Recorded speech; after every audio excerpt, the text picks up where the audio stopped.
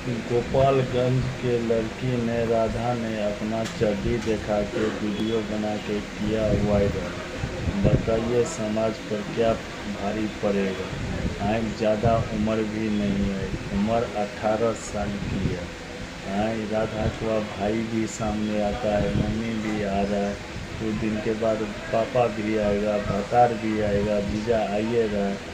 सब बोला है हमारा बहन है तो हमारा वो है, तो हमारा मम्मी है, तो हमारा बेटी है, तो वो है।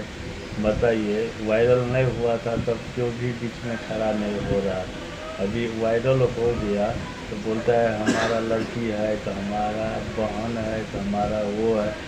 बताइए राधा इतना घटिया काम किया है कि 15 मिलियन चला है। गोपालगंज के रहने वाली राधा है, ज़्यादा उम्र भी नहीं है, 18 साल की लड़की है।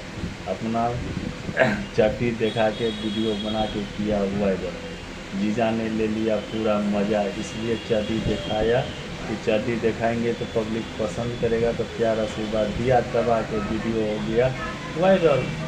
राधा से क्यों शादी करेगी तो आप अपना कमेंट में ज़रूर बताइए। राधा के पास हम वीडियो लेके जाएंगे, राधा को लड़का पसंद होगा तो हम ज़रूर बताएंगे। आज चड्डी दिखाया, कल कुछ और दिखाएगा, परसों कुछ और दिखाएगा।